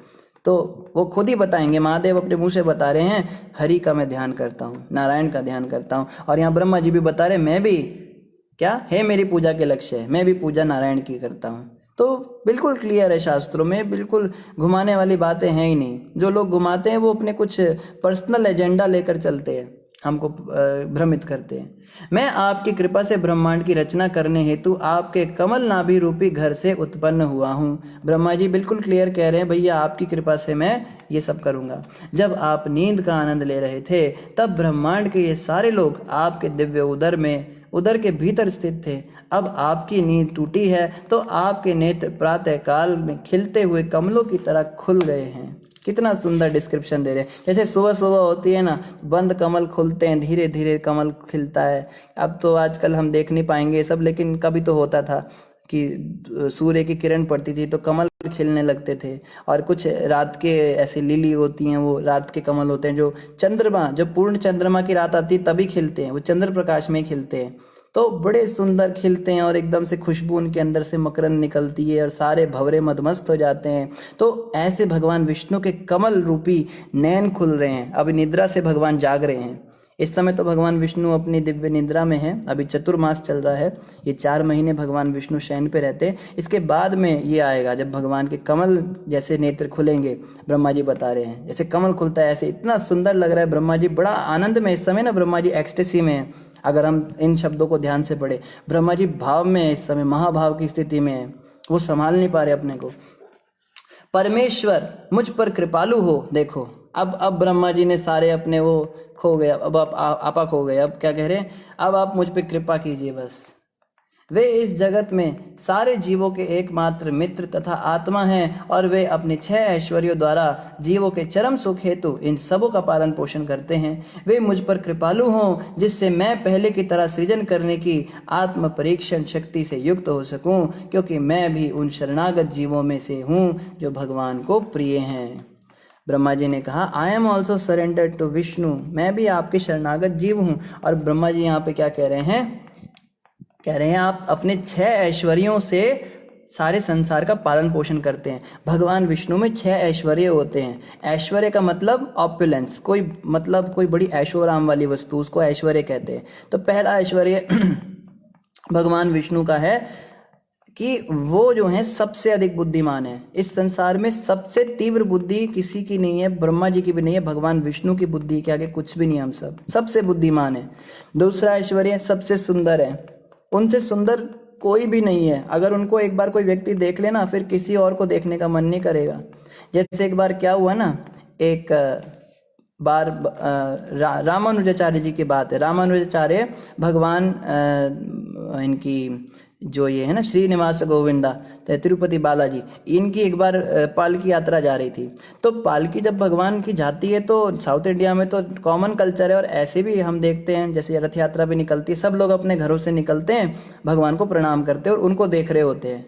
तो किसी ने छत्र लगा रखा है भगवान को, हाथी पे भगवान बैठे हैं, बड़े सुंदर वैभव के साथ जा रहे हैं, हजारों लोग पीछे चल रहे हैं, तुनतुबियाँ बज रही हैं और नाच रहे गा रहे हैं। एक आदमी क्या कर रहा है, रामानुजाचार्य की नज़र पड़ी, वो आदमी उल्टा चल रहा है, सीधा नहीं चल रहा, और उसने अपने हाथों में छाता पकड़ा हुआ है, और छाता एक स्त्री को छाया देने के लिए पकड़ा है, और उस स्त्री को देखता हुआ जा रहा है। वो स्त्री तो सीधी चल रही है, वो उसके आगे आगे उल्टा चल रहा है, उसको देख रहा है, और छाता कर रहा है उसको कि उसको धूप ना लग जाए। और वो बताते हैं स्त्री जो थी वो ठीक नहीं थी, वो मतलब ऐसे कोई काम करने वाली थी, वो बहुत सुंदर है। रामानुजाचार्य उसको देख के बिल्कुल हक्के बक्के रह गए। यहाँ इतने सारे हजारों लोग जो हैं भगवान विष्णु की पालकी यात्रा का आनंद ले रहे हैं, और ये उस स्त्री के मुख को देख रहा है। तो उन्होंने क्या किया, अपने एक शिष्य को भेजा। तो शिष्य को बोला जरा पता करके आओ ये कौन है। तो जाके उसको बोला भैया ये बालाजी की यहाँ पे चल रही है पालकी, तो इसको क्यों देख रहा है। तो उसने बोला कि इस संसार में सबसे सुंदर ये इस स्त्री का मुख है, उसके अलावा कोई सुंदर है ही नहीं, इसलिए मेरा मन करता है मैं 24 घंटे इसको ही देखता रहूं, इससे मेरा नज़र ही नहीं हटता है। मैं अगर अपनी आंखें भी बंद करता हूँ तो भी मुझे यही दिखने लगती है आंखों के आगे, मैं कहीं भी जाता हूँ मुझे यही दिखने लगती है। कहते ना नज़र के सामने जिगर के पास बस तू ही तू है, तू ही तू है, वो गाने गाता था उसके लिए, वो छतरी लेके चल रहा है। तो रामानुजाचार्य को बताया भाई ऐसे ऐसे बात है। रामानुजाचार्य उसके पास गए और उसको जाके बोला, अगर तुझे इससे सुंदर मैंने व्यक्ति दिखा दिया तो तू इसको भूल जाएगा। कहता है आप इससे सुंदर मुझे कोई दिखाई नहीं सकते, इस संसार में क्या इस पूरे ब्रह्मांड में इससे सुंदर कोई है ही नहीं। तो रामानुजाचार्य ने कहा ठीक है, तुम मंदिर में इतने इतने बजे कल आना, तुमको इससे भी सुंदर दिखाऊंगा। उसने कहा ठीक है भैया, इससे सुंदर कौन हो सकता है, पर चलो चैलेंज एक्सेप्ट कर लिया। तो अब रामानुजाचार्य ने उसको बुलाया, शाम को मंदिर में आया वो। तो रामानुजाचार्य ने जो है पद्मनाभ स्वामी, या तो पद्मनाभ स्वामी का मंदिर था या रंगनाथ जी थे, उन दोनों में से एक थे, शायद रंगनाथ जी थे। तो उनके आगे जो है उसको खड़ा किया, अभी दर्शन खुले नहीं थे भगवान के। तो बोला इस पर्दे के पीछे उस औरत से भी सुंदर व्यक्ति है, संसार का सबसे सुंदर व्यक्ति है। वो कहता है अगर हुआ तो मैं उसको भूल जाऊंगा। तो ठीक है। अब रामानुजाचार्य तो शुद्ध भक्त थे भगवान के, उन्होंने भगवान से प्रार्थना की। रामानुजाचार्य भगवान से बातें कर सकते थे, इतनी उनकी शक्ति थी। तो उन्होंने भगवान से प्रार्थना की, प्रभु इस जीवात्मा पे कृपा करो, ये फंसा हुआ है भौतिक संसार में और आप इस पे कृपा कर दो अपनी। तो जब रामानुजाचार्य ने प्रार्थना की तो क्या हुआ, दर्शन जैसे ही खुले, भगवान विष्णु ने उसकी तरफ देखा, उसने भगवान विष्णु की तरफ देखा और सच में भगवान की जो आंखें वो झपकने लगी। पलक झपकी, बस भगवान ने थोड़ी सी भ्रिकुटी हिलाई, अपनी हल्की सी आईब्रो हिला दी और वो तो बस मूर्छित होके गिर गया। वो संभाल ही नहीं पाया, उसको झेल ही नहीं पाया, इतनी सुंदर था। अब वो जो है वो बेचारा बेहोश ही हो गया। आप कह रहे इसको क्या हो गया, इसको पानी छिड़क रहे हैं, क्या कर रहे हैं। ओहो, उठा तो बस कहता है आपने मुझे क्या दिखा दिया, बस अब ये जीवन आपको समर्पित है। इतनी सुंदरता भगवान के अंदर है। उसके बाद उनका नाम धनुर्दास पड़ा, बहुत महान भक्त बने। फिर उसी स्त्री से रामानुजाचार्य ने उनकी शादी करा दी। मगर शादी के बाद दोनों पति पत्नी अनासक्त, दोनों ने दीक्षा ले ली थी उनसे। बहुत सुंदर जीवन, इनके जीवन की चरित्र का भी पढ़ेंगे, ऐसी ऐसी लीला इनके साथ में आगे भगवान ने की। तो कहने का अर्थ यह है कि भगवान विष्णु सबसे सुंदर है, उनसे सुंदर कोई नहीं। ठीक है। तीसरा ऐश्वर्य भगवान विष्णु का है धनवान, सबसे अधिक धनवान है। इस संसार में कुबेर के पास क्या, लक्ष्मी के पास क्या, किसी के पास इतना धन नहीं है जितना भगवान विष्णु के पास में है। भगवान विष्णु से ही सारे देवताओं को धन की प्राप्ति होती है। उनका नाम धन्वंतरी है। धन्वंतरी रूप में भी भगवान विष्णु का एक अवतार हुआ है, वो ही तो देने वाले हैं सबको। ठीक है। चौथा भगवान का ऐश्वर्य है ख्यातिवान, सबसे ज़्यादा फेमस भगवान है विष्णु हैं। तीनों लोकों में सब भगवान विष्णु को जानते हैं, और किसी को कोई जाने ना जाने पर उनको तो सब भी जानते हैं। और पांचवा ऐश्वर्य भगवान का है सबसे अधिक शक्तिशाली, बल में भी सबसे अधिक शक्तिशाली हैं। जैसे भगवान गोवर्धन पर्वत उठा के दिखाते हैं, असुरों को मार के दिखाते हैं, भगवान विष्णु से अधिक शक्ति किसी के अंदर भी नहीं है। कोई कितना भी बड़ा असुर हो, राक्षस हो, देखो शिव जी भी परेशान हो जाते हैं कभी कभी। एक बार क्या हुआ ना, एक असुर ने भगवान भोलेनाथ की तपस्या करी। देखो शिव जी की तपस्या इसलिए लोग ज़्यादा करते हैं, शिव जी आशुतोष है, बड़ी जल्दी प्रसन्न हो जाते हैं, बड़ी कम मेहनत में शिव जी खुश हो जाते हैं। तो उसने भगवान शिव जी की तपस्या करी, भगवान शिव जी प्रसन्न हो गए। भोलेनाथ तो भोले वाले हैं। कहता है मेरे को आप ऐसा वरदान दो, मैं जिसके सिर पे हाथ रखो वो भस्म हो जाए। ब्रह्मा शिव जी ने कहा ये क्या वरदान है, ये कोई वरदान है? वरदान होता है कुछ अपने वो चीज़ मांगना कुछ काम की। कहता है मैंने आपसे जो मांगा आपको देना पड़ेगा, आपने मेरी तपस्या से आप प्रसन्न हुए हो। तो शिव जी ने कहा भाई तथास्तु, ठीक है। अब उसका नाम पड़ गया भस्मासुर, भस्म करने। अब अभी तक किसी को भस्म नहीं किया। कहता है अभी मेरे को टेस्ट करना है, आपने तथास्तु तो बोल दिया, लेकिन वास्तव में ये शक्ति मेरे अंदर आई है या नहीं आई है, मुझे चेक करना है। शिव जी कहते हैं चेक कर ले फिर। तो वो शिव जी की तरफ ही आने लगा। शिव जी कहते हैं ये इसके तो इरादे ठीक नहीं लगते, क्या कर रहा है? कहते हैं मेरे पास क्यों आ रहा है तू? कहता है आपके ऊपर चेक करूंगा। ओ बाप रे, शिव जी तो परेशान, क्या इसको भर दे दिया मैंने, तो अपने शरीर में दर्द ले लिया। अब शिव जी आगे आगे, भस्मासुर पीछे पीछे, और शिव जी परेशान होकर जो है तीनों लोकों में भ्रमण कर रहे हैं। वो तो खैर लीला ही कर रहे थे शिव जी, उनको कौन भस्म कर सकता है। पर चलो, परेशान होकर भगवान विष्णु के पास आए और कहते हे नारायण, अभी देखो ये पता नहीं कहाँ पीछे लग गया मेरे भस्मासुर, इसका कुछ इलाज कीजिए। कहते इतनी सी बात, अभी इसको ठीक कर देता हूँ। तो भगवान ने बड़ा सुंदर मोहिनी स्वरूप धारण करा, अपना विश्व विमोहिनी बन गए। और असुर तो होते ही कामी है, स्त्री लंपट होते हैं एक नंबर के। इस संसार में जो व्यक्ति बहुत ज़्यादा कामी होता है ना, स्त्री संग करना, गर्लफ्रेंडे बनाना और फ्लर्ट करना और ये सब करना, लड़कीबाजी करना, वीडियो कॉलिंग कर रहा है, चैटिंग कर रहा है, ये इस तरह की प्रवृत्ति वाले जो हैं ये असुर होते हैं। कलयुग के अंदर असुरों को पहचानना है ना, तो ऐसे पहचानो जो बड़ा कामी है ना, या स्त्री अगर कोई बड़ी पुरुष लंपट है, ये असुर असुरनियाँ, इनके सिर पे सींग नहीं होते मगर इनकी हरकतों से पता लग जाता है। तो वो भी बड़ा कामी था, उसने देखा इतनी सुंदर स्त्री, इतनी रूपवती स्त्री, ये तो कभी देखी नहीं। तो भगवान विष्णु जो है मोहिनी रूप में आ गए, वो तो मोहित हो गया। अब वो कहते भाई कहाँ जा रहा है भस्मासुर? कहते हैं मेरे को शक्ति है। क्या शक्ति है? मैं किसी के भी सिर पे हाथ रखूं तो भस्म हो जाएगा वो व्यक्ति। तो भगवान खिलखिला के हंसने लगे मोहिनी रूप में, कहते पागल हो गया है, ऐसा भी कभी हो सकता है? कहते स्वयं भगवान भोलेनाथ ने मुझे आशीर्वाद दिया है। भोलेनाथ, वो भोलेनाथ सुन के तो और जोर जोर से हंसने लगे। अरे वो भांग पी के नशे में रहता है, वो बोल दिया होगा तेरे को कुछ, उसकी बात का क्या तू मान रहा है? वो तो ऐसे ही बोल देता है किसी को कुछ भी, उसको अपनी तो होश होती नहीं। ऐसा ऐसे भगवान ने बोला। कहता है ऐसे कैसे तुम कह रही हो?